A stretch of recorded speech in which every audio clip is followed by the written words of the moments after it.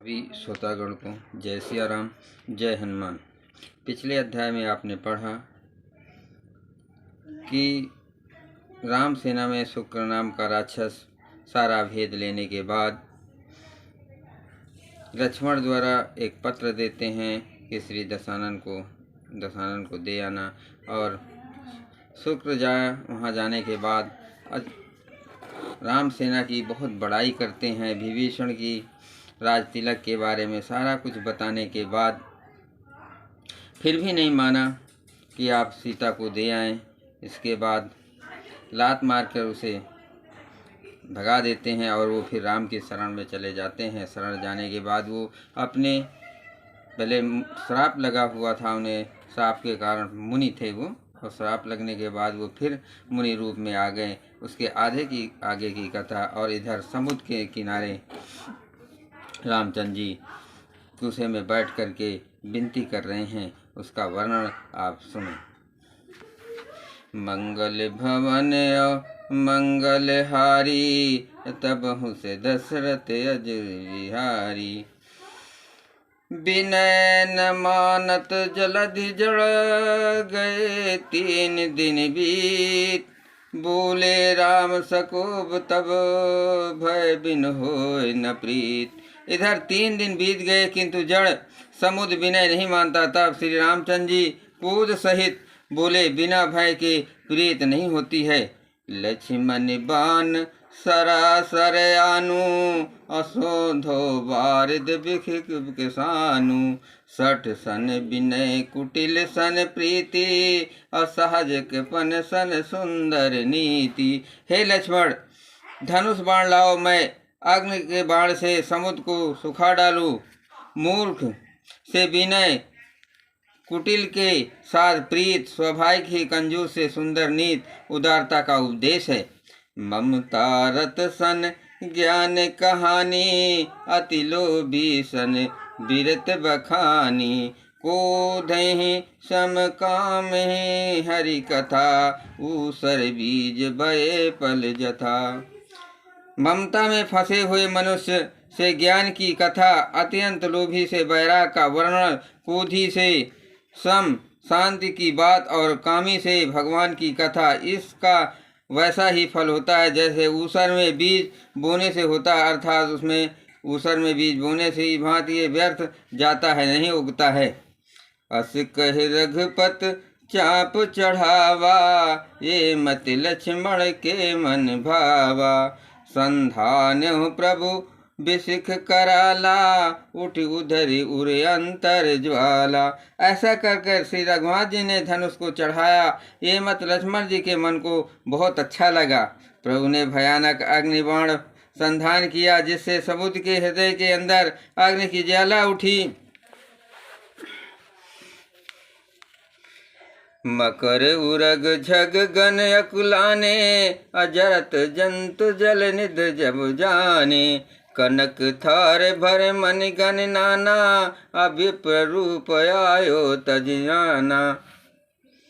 मगर, सांप तथा मछलियों के समूह व्याकुल हो गए। जब समुद्र ने जीवों को जलते जाना, तब सोने के थाल में अनेक मणियों रत्नों से भरकर अभिमान छोड़कर वो ब्रह्मा के रूप में आए। मंगल भवन मंगलहारी, तब से दशरथ अजर बिहारी। काटे पै कदली फरे, कूटि जतन को सींच।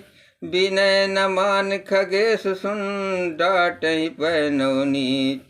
काक भूषुंडी जी कहते हैं कि हे गरुड़ जी, सुनिए, चाहे कोई भी करोड़ों उपाय करके सीजे पर केला तो काटने पर ही फलता है। नीच विनय नहीं मानता है, ये डांटने पर ही झुकता है, रास्ते पर आता है।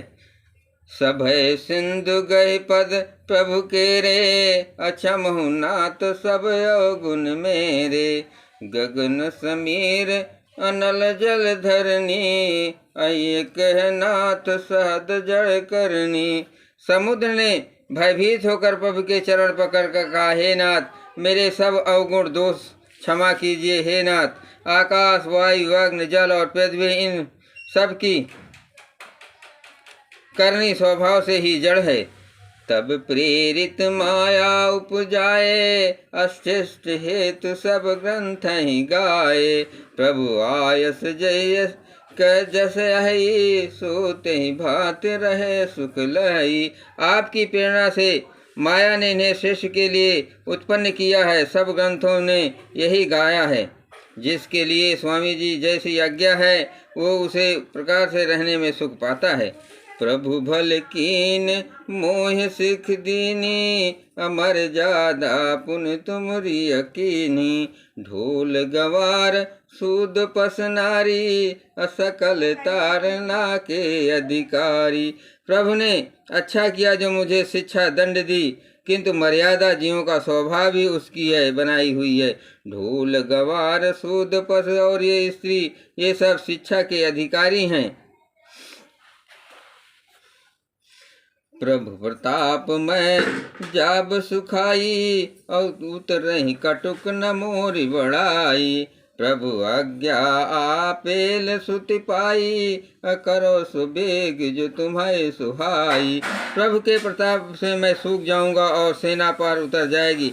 इसमें मेरी बड़ाई नहीं है, मेरी मर्यादा नहीं रहेगी, तथा प्रभु की आज्ञा पेल है, अर्थात आपकी आज्ञा का उल्लंघन नहीं हो सकता है, ऐसा वेद गाते हैं।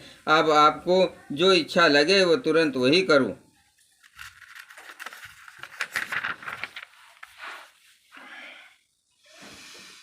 मंगल भवन अमंगल हारी, तब हुस दशरथ अजर बिहारी।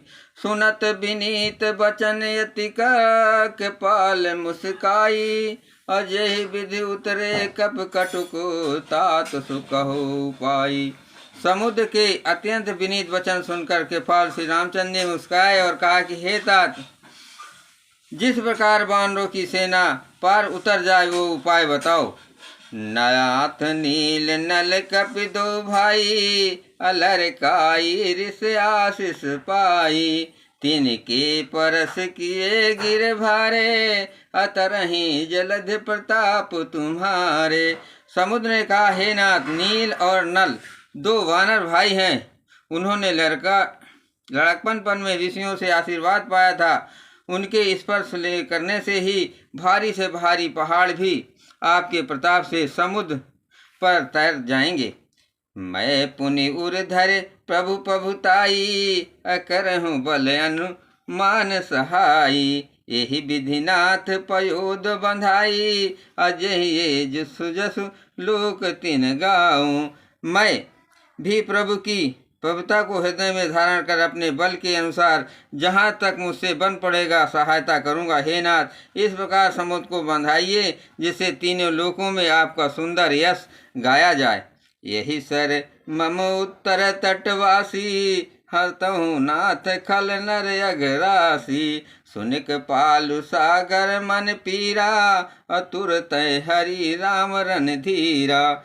इस बाण से मेरे उत्तर तट पर रहने वाले पाप के राशि दुष्ट मनुष्यों का वध कीजिए। कृपालु और रणधीर श्री राम जी के समुद्र के मन की पीड़ा सुनकर उन्हें तुरंत ही हर लिया, अर्थात बाण से उन दुष्टों का वध कर दिया। देखी राम बल पौरस भारी, हरस पयो निधि भयो सुखारी। सकल चरित कहीं प्रभु सुनावा, चरण बंद पयोद सिधावा। श्री रामचंद्र जी का भारी बल और पौरुष देखकर समुद्र हर्षित होकर खुशी हो गया। उसके उन दुष्टों का सारा चरित्र प्रभु को कह सुनाया। फिर चरणों की वंदना करके समुद्र चले गए। मंगल भवन मंगल हारी, तब हुस दशरथ अज विहारी। निज भवन गौन्यो सिंधु श्री रघुपति मत भायो। ये चरित कलिमल हल जथा मति दात तुलसी गायो। सुख भवन संशय समन दमन, विषाद रघुपत गुण गण। तज सकल आस भरोस गावे, सुनहि संतन सठ मना। समुद्र अपने घर चला गया। श्री रघुनाथ जी ये बात उसकी सलाह अच्छी लगी। ये चरित्र कलयुग के पापों को हरने वाला है, इसे तुलसीदास जी ने अपने बुद्धि के अनुसार कहा है। श्री रघुनाथ जी के गुण समूह, सुख के धाम, संदेह का नाश करने वाले विषाद का दमन करने वाले हैं। अरे मूर्ख, मन तू संसार का सब आशा भरोसा त्याग कर निरंतर इन्हें गा और सुन। मंगल भवन मंगल हारी, तब हुस दशरथ अजुर बिहारी। सकल सुमंगल दायक रघुनायक गुणगान, सादर सुनहि ते तरहि भव सिंध बिना जल जान।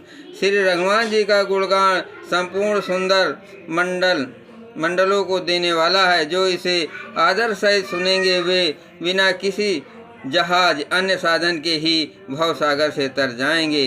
बोलो सियापत रामचंद्र शंकर उमा, जय हनुमान की जय।